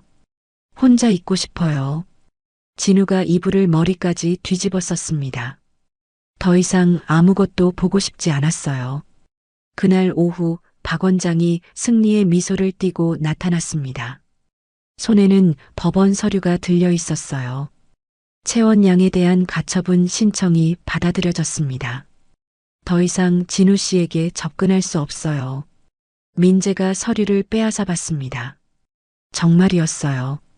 법원은 채원이 진우에게 100m 이내로 접근하는 걸 금지했습니다. 이건 너무한 거 아닙니까? 진우 씨의 건강을 위해서입니다. 이미 증명되지 않았습니까? 그 치료가 얼마나 위험한지. 박 원장이 떠난 후 민재는 무너져 내렸습니다. 모든 게 자신의 잘못 같았어요. 채원을 믿고 기회를 준 자신이 아들을 더 망친 것 같았거든요. 저녁 미숙이 딸을 데리고 짐을 싸기 시작했습니다. 더 이상 이곳에 있을 이유가 없었어요. 엄마, 저 아직 그만이야. 법원 명령이 나왔잖아. 미숙의 목소리도 떨렸습니다. 딸이 상처받는 걸 더 이상 보고 싶지 않았어요. 채원은 마지막으로 할아버지 노트를 펼쳤습니다. 마지막 장에 작은 메모가 있었어요. 전에는 보지 못했던 부분이었죠. 실패는 끝이 아니라 새로운 시작이다. 환자가 의사를 거부할 때 그때가 진정한 치유의 시작점이다. 채원은 이 말의 의미를 이해할 수 없었습니다. 하지만 가슴 한편에 작은 불씨처럼 남아 있었어요. 다음 날 새벽 진우가 악몽에서 깨어났습니다. 꿈속에서 다시 걷고 있었는데 갑자기 절벽에서 떨어지는 꿈이었어요. 온몸이 땀으로 흠뻑 젖어 있었습니다. 복부에서 극심한 통증이 느껴졌어요. 염증이 더 퍼진 것 같았습니다. 간호사를 부르려 했지만 호출 버튼도 누를 힘이 없었어요. 그때 창밖에서 누군가 보였습니다. 채원이었어요. 100m 떨어진 병원 정원에 서서 병실을 바라보고 있었죠. 법원 명령을 어길 수는 없었지만 멀리서라도 지켜보고 싶었던 거였습니다. 진우는 채원을 보며 복잡한 감정을 느꼈습니다. 원망과 그리움이 동시에 밀려왔어요. 하지만 곧 고개를 돌렸습니다. 이제 모든 게 끝났다고 생각했거든요. 오전에 의료진이 들어왔습니다. 새로운 검사 결과를 가져온 거였어요. 죄송합니다. 염증이 계속 퍼지고 있어요. 이대로면 의사가 말을 끝내지 못했지만 모두가 알았습니다. 시간이 얼마 남지 않았다는 걸요. 민재가 무너졌습니다. 아들을 2번 잃는 기분이었어요. 처음엔 다리를, 이번엔 전부를 잃을지도 모른다는 두려움에 온몸이 떨렸습니다. 수술이라도, 뭐라도 해주세요. 할 수 있는 건 다 하고 있습니다. 하지만 의사도 난감한 표정이었어요. 의학적으로 설명할 수 없는 악화였거든요. 마치 진우의 몸이 스스로를 포기하는 것 같았습니다. 그날 밤 진우는 혼자 어둠 속에 누워 있었습니다. 천장에 형광등 불빛만 희미하게 보였어요. 엄마, 저 이제 가도 될까요? 죽은 어머니에게 속삭였습니다. 더 이상 싸울 힘이 없었어요. 희망을 가졌다가 잃는 고통을 다시 겪고 싶지 않았습니다. 바로 그때 핸드폰이 울렸어요. 채원의 메시지였습니다. 오빠, 포기하지 마세요. 할아버지 노트에서 새로운 걸 발견했어요. 하지만 진우는 메시지를 지워버렸습니다. 더 이상 희망 따위는 품고 싶지 않았어요. 창밖에는 비가 내리기 시작했습니다. 마치 하늘도 함께 우는 것 같았어요. 모든 것을 잃은 이 순간 정말로 끝인 걸까요? 아니면 할아버지 노트가 말한 대로 새로운 시작일까요? 채원은 빗속에서 여전히 병원을 바라보고 있었습니다. 포기할 수 없었어요. 진우가 자신을 거부해도 법원이 막아도 끝까지 방법을 찾고 싶었습니다. 할아버지라면 분명 포기하지 않았을 테니까요. 비가 그친 새벽 4시, 채원은 여전히 병원 정원 벤치에 앉아 있었습니다. 온몸이 젖었지만 떠날 수 없었어요. 할아버지 노트를 가슴에 꼭 안고 마지막 페이지를 다시 읽고 있었습니다. 진정한 치유는 환자가 스스로를 용서할 때 시작된다. 한문으로 쓰인 이 구절 아래에는 작은 사례가 적혀 있었어요. 1975년 아들을 잃은 죄책감으로 걷지 못하게 된 아버지의 이야기였습니다. 할아버지는 그 환자를 어떻게 치료했을까요? 채원은 갑자기 무언가를 깨달았습니다. 진우의 진짜 문제는 다리가 아니었어요. 5년 전 사고에 대한 죄책감, 살아남은 자의 죄의식이 그를 마비시킨 거였습니다. 아버지와 아들이 서로를 용서해야만. 채원이 벌떡 일어났습니다. 할아버지 노트의 뒷부분에 숨겨진 치료법을 발견한 거였어요. 부작한 트라우마 동시 치유법의 핵심이었죠. 같은 시각, 진우는 병실에서 극심한 고통에 시달리고 있었습니다. 스테로이드 부작용으로 온몸이 부어올랐고 호흡도 가빠졌어요. 산소 마스크를 쓰고 있었지만 숨쉬기가 힘들었습니다. 민재는 아들 곁을 떠나지 않았어요. 진우의 손을 꼭 잡고 있었지만 아들은 반응이 없었습니다. 의식이 희미해지고 있었거든요. 진우야, 아빠가 미안해. 다 내 잘못이야. 민재의 눈물이 진우의 손등에 떨어졌습니다. 그때 진우가 희미하게 눈을 떴어요. 아빠, 저도 미안해요. 힘겹게 내뱉은 말이었지만 민재에게는 천금 같았습니다. 부자가 처음으로 서로에게 진심으로 사과한 순간이었어요. 엄마가 보고 싶어요. 진우의 목소리가 점점 작아졌습니다. 민재가 아들을 꼭 안았어요. 엄마는 늘 우리 곁에 있어. 너를 지켜보고 계셔. 그때 병실 문이 열렸습니다. 미숙이었어요.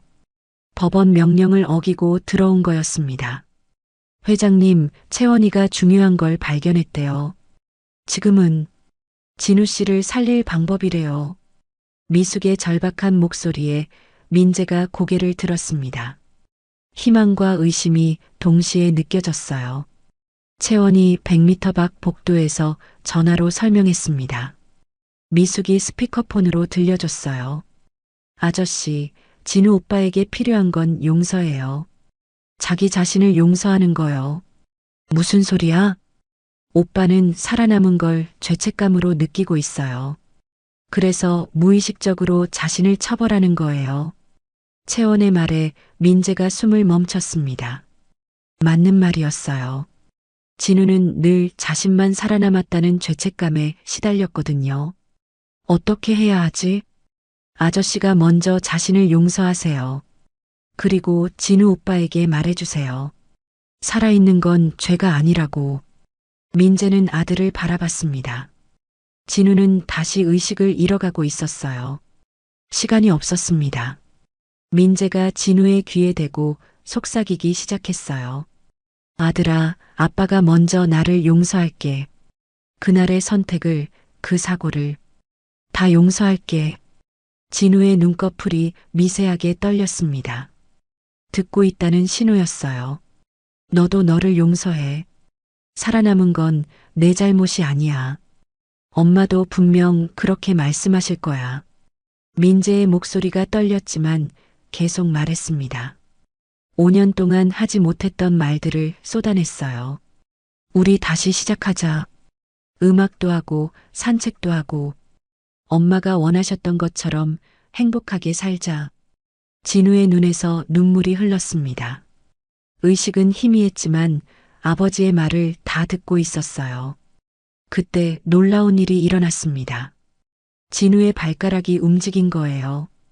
염증으로 완전히 마비됐다고 생각했던 다리가 반응하기 시작했습니다. 선생님, 선생님. 민재가 의사를 불렀어요. 달려온 의료진이 진우를 검사했습니다. 믿을 수 없는 일이었어요. 체온이 내려가고 있어요. 염증 반응도 줄어들고 의사도 설명할 수 없었습니다. 의학적으로 불가능한 호전이었거든요. 채원은 복도에서 기도하고 있었습니다. 할아버지, 도와주세요. 제가 맞았죠? 용서가 답이었죠? 미숙이 딸을 안았어요. 법원 명령 따위는 이제 중요하지 않았습니다. 새벽 6시 진우가 완전히 의식을 되찾았습니다. 산소 마스크를 벗고 스스로 숨을 쉬었어요. 아빠, 응, 아빠 여기 있어. 저, 살고 싶어요. 다시 걷고 싶어요. 진우의 목소리에 생기가 돌아왔습니다. 죽음의 문턱에서 돌아온 사람 특유의 간절함이 있었어요. 채원이는 어디 있어요? 민재가 창밖을 가리켰습니다. 100m 떨어진 곳에서 채원이 여전히 기다리고 있었어요. 진우가 손을 들어 손을 흔들었습니다. 채원도 환하게 웃으며 손을 흔들었어요. 비록 멀리 떨어져 있었지만 마음은 연결되어 있었습니다.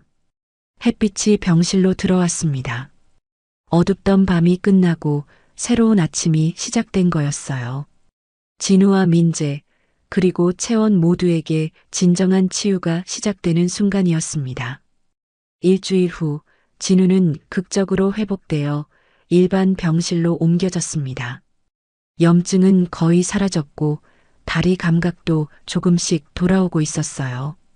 의료진도 설명할 수 없는 기적이라고 말했습니다. 채원은 여전히 법원 명령 때문에 가까이 갈 수 없었지만 화상통화로 치료를 계속했어요. 민재가 노트북을 들고 진우 곁에 앉아 있었습니다. 오빠, 이제 가장 중요한 단계예요. 음악과 함께하는 재활이에요. 채원이 화면 너머에서 설명했습니다. 그녀의 손에는 할아버지 노트의 마지막 부분이 펼쳐져 있었어요. 아버지와 함께 연주하면서 걷는 연습을 해야 해요. 음악의 리듬이 신경 회복을 도울 거예요.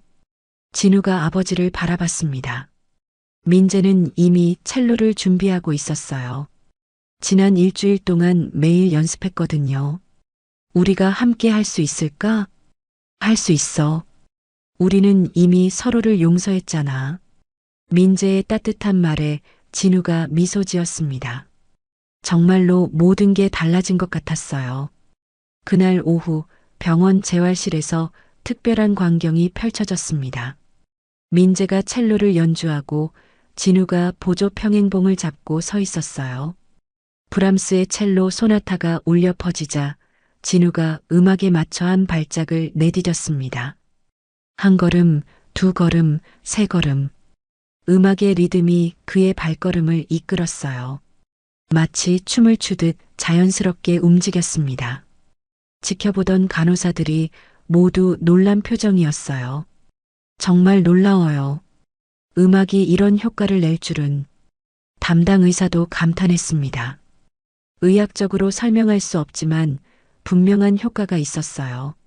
바로 그때 박 원장이 나타났습니다. 하지만 이전과는 다른 표정이었어요. 오만함 대신 수치스러움이 가득했죠. 최 회장님, 제가 사과드리러 왔습니다. 모두가 놀랐습니다. 박 원장이 고개를 숙였어요. 제가 틀렸습니다. 의학이 전부가 아니었어요. 마음의 치유가 얼마나 중요한지 몰랐습니다. 박 원장이 서류를 꺼냈습니다.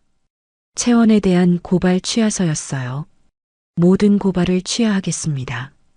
그리고 채원 양의 치료법을 정식으로 연구하고 싶습니다. 민재와 진우가 서로를 바라봤습니다. 믿을 수 없는 반전이었어요. 정말이신가요? 네.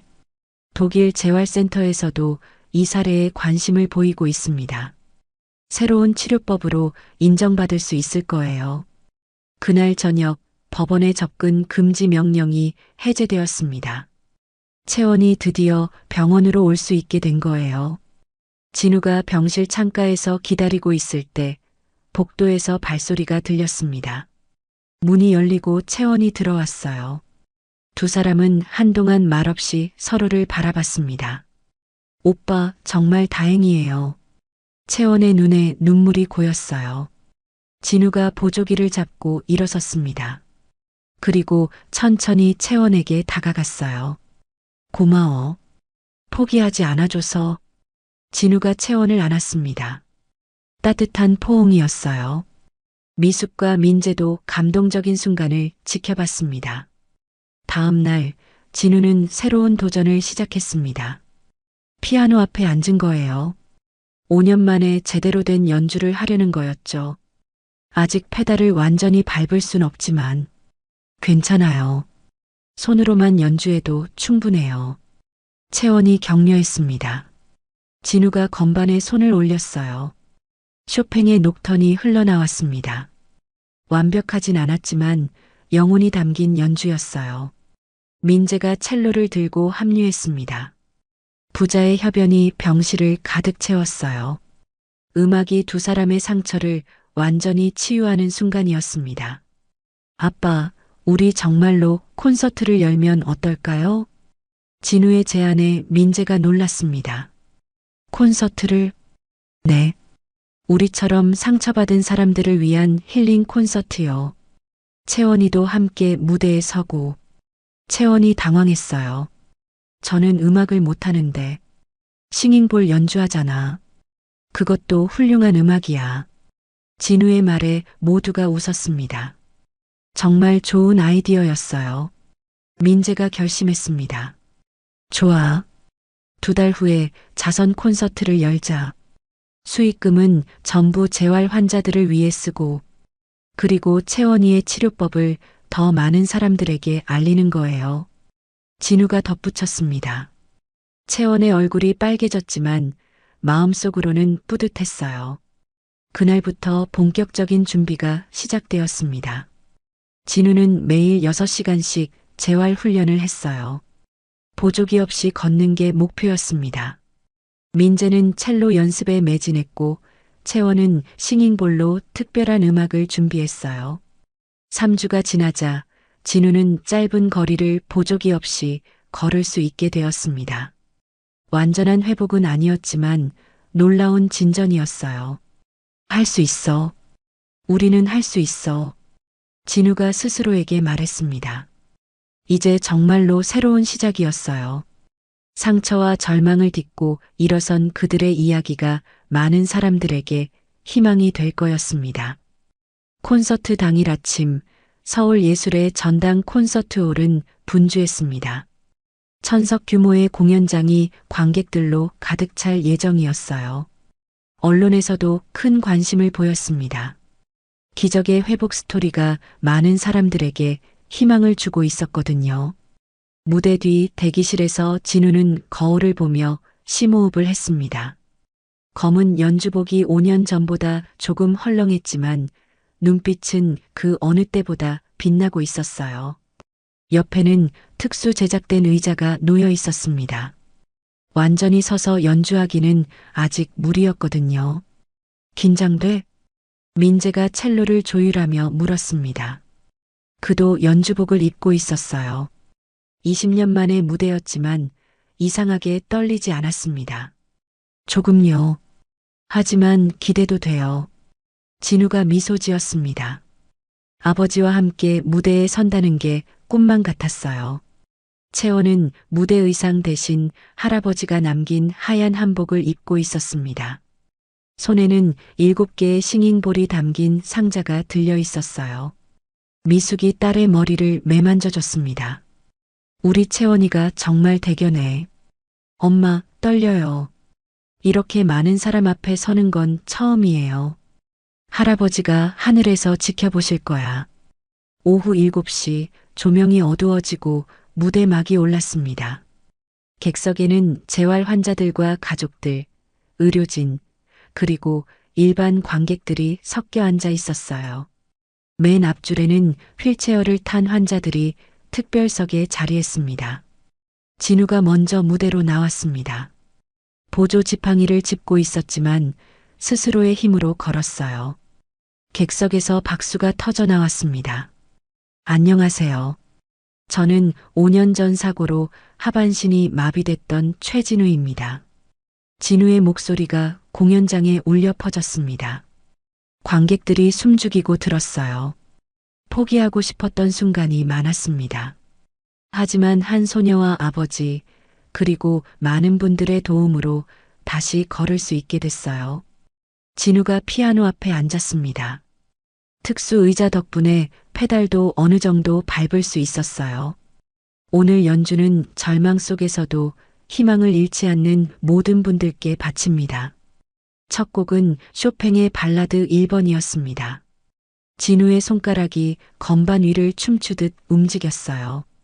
때로는 격정적으로, 때로는 서정적으로 5년의 공백이 무색할 정도로 아름다운 연주였습니다. 중간 부분에서 민재가 무대로 걸어 나왔습니다. 첼로를 들고 아들 옆에 앉았어요. 부자의 협연이 시작되자 관객들의 눈가가 촉촉해졌습니다.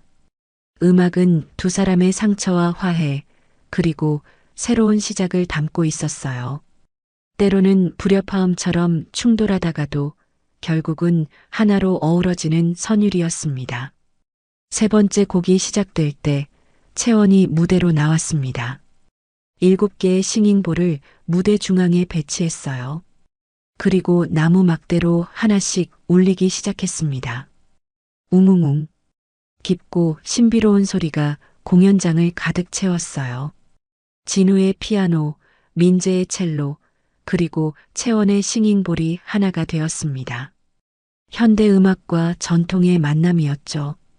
관객석의 한 환자가 눈물을 흘렸습니다.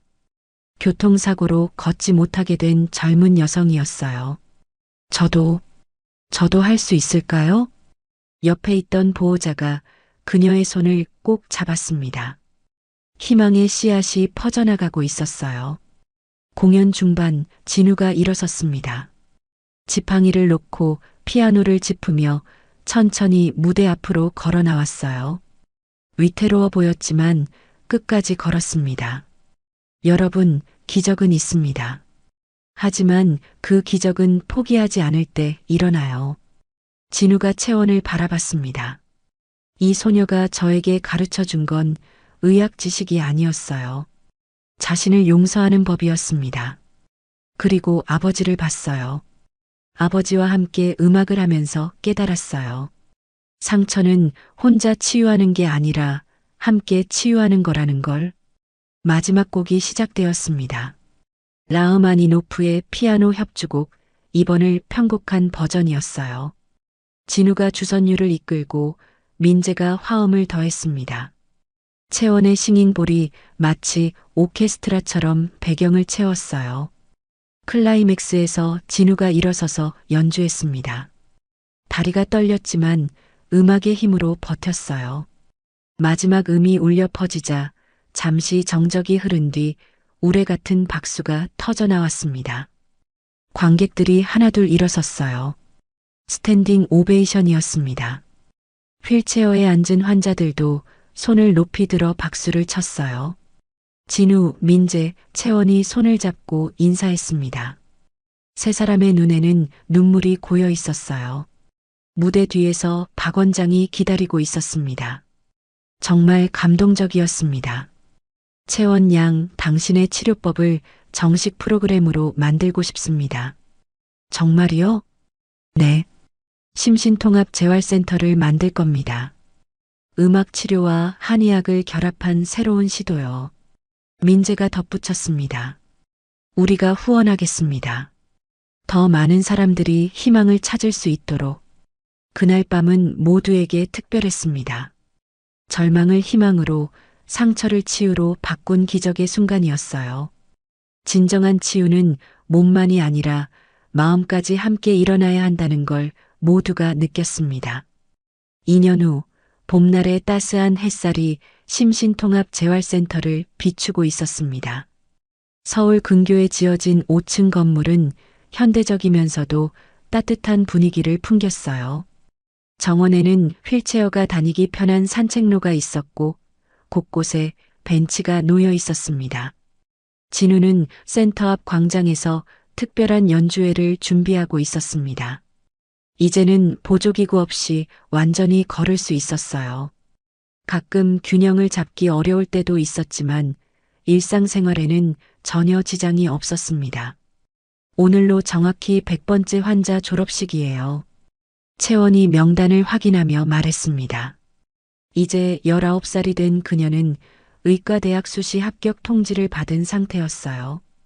할아버지의 뜻을 이어 의사가 되기로 결심한 거였죠. 100명이나 되는구나.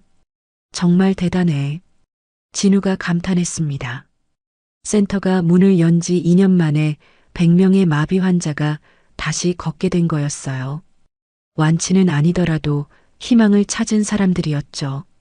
오후 2시 졸업식이 시작되었습니다. 가족들과 의료진, 그리고 새로 입원한 환자들이 모두 모였어요. 민재가 센터장으로서 인사말을 했습니다. 우리 센터의 모토는 단순합니다. 몸과 마음을 함께 치유한다. 이것이 진정한 회복의 시작입니다. 박수가 터져 나왔어요. 민재는 이제 완전히 다른 사람이 되어 있었습니다. 차가웠던 기업인에서 따뜻한 후원자로 변신한 거였죠. 졸업생 대표로 나온 사람은 35살의 김태호였습니다. 1년 전 오토바이 사고로 하반신이 마비됐던 그가 이제는 지팡이만으로 걸어 나왔어요. 저는 죽고 싶었습니다. 하지만 이곳에서 진우님과 채원님을 만나고 다시 살 수 있었어요. 태호의 목소리가 떨렸습니다. 그의 아내와 5살 딸이 객석에서 눈물을 흘리고 있었어요. 제 딸이 말했어요. 아빠가 다시 걸을 수 있어서 정말 기쁘다고. 그 말을 듣는 순간 모든 고통이 보상받는 기분이었습니다. 진우도 눈시울이 붉어졌습니다. 자신도 그런 순간을 겪었으니까요. 절망에서 희망으로, 포기에서 도전으로 바뀌는 그 기적 같은 순간을. 졸업식이 끝난 후 특별한 공연이 이어졌습니다. 진우와 민재의 정기 연주회였어요. 매달 마지막 주에 열리는 이 공연은 환자들에게 큰 힘이 되고 있었습니다. 오늘은 특별 게스트가 있었어요. 바로 미숙이었습니다. 그녀는 이제 센터의 영양관리 책임자로 일하면서 환자들의 식단을 관리하고 있었죠. 오늘 제가 특별히 만든 쿠키예요. 재활에 도움이 되는 재료들로 만들었어요. 미숙이 환자들에게 쿠키를 나눠주며 미소 지었습니다. 그녀도 이제는 완전히 이곳의 가족이 된 거였어요. 저녁 무렵 진우와 채원이 센터 옥상 정원에 올라갔습니다. 석양이 도시를 붉게 물들이고 있었어요. 오빠, 의대 가면 자주 못 볼 텐데. 채원이 아쉬운 목소리로 말했습니다. 진우가 웃으며 그녀의 어깨를 토닥였어요. 괜찮아. 내가 훌륭한 의사가 되어서 더 많은 사람들을 돕는 게 중요해. 오빠처럼 포기하지 않는 환자들을 만나고 싶어요. 넌 분명 할아버지보다 더 훌륭한 의사가 될 거야. 두 사람이 서로를 바라보며 미소 지었습니다. 운명적인 만남으로 시작된 인연이 이제는 평생의 동반자가 된 거였어요. 그때 민재가 옥상으로 올라왔습니다. 손에는 샴페인 병이 들려 있었어요. 축하할 일이 있어. 무슨 일이세요? 독일 슈타인베르크 센터에서 우리 프로그램을 정식 도입하기로 했어. 국제적으로 인정받은 거야. 모두가 환호했습니다.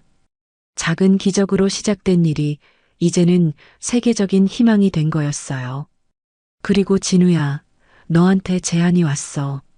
민재가 편지를 건넸습니다. 줄리아드 음대에서 온 초청장이었어요. 장애를 극복한 피아니스트로서 특별 강연을 요청한 거였습니다. 정말이에요? 그래. 내 이야기가 전 세계 음악도들에게 영감을 주고 있어. 진우의 눈에 눈물이 고였습니다. 한때는 꿈이 산산조각 났다고 생각했는데 이제는 더 큰 꿈을 이루고 있었어요. 밤이 되자 센터 곳곳에 불이 켜졌습니다. 병실에서는 환자들이 희망을 품고 잠들었고 재활실에서는 야간 치료가 진행되고 있었어요. 진우는 자신의 사무실에서 일기를 썼습니다. 오늘도 기적은 계속되었다. 작은 손길이 큰 변화를 만들고 포기하지 않는 마음이 불가능을 가능으로 바꿨다. 엄마, 하늘에서 보고 계시죠? 저는 이제 정말 행복해요. 펜을 내려놓고 창밖을 바라봤습니다. 별이 빛나는 밤하늘이 아름다웠어요. 센터 정문에는 큰 현판이 걸려 있었습니다. 희망 심신통합 재활센터 마이너스 기적은 믿는 자에게 일어난다. 한도준 한의사의 마지막 메시지였어요. 채원이 할아버지 노트에서 발견한 문구를 새긴 거였죠. 마지막으로 카메라가 센터 전경을 비췄습니다. 어둠 속에서도 환하게 빛나는 건물, 그곳에서는 오늘도 새로운 기적이 준비되고 있었어요. 절망이 희망으로, 상처가 치유로, 그리고 포기가 도전으로 바뀌는 놀라운 이야기들이 계속될 거였습니다. 지금까지 한 가족의 드라마 같은 이야기를 들어주셔서 감사합니다. 이 가족에게 하고 싶은 이야기가 있거나 응원을 해주고 싶다면 댓글 달아주세요. 그럼 오늘도 건강한 하루 되시고 다음에도 좋은 이야기로 찾아오겠습니다. 인생은 드라마였습니다.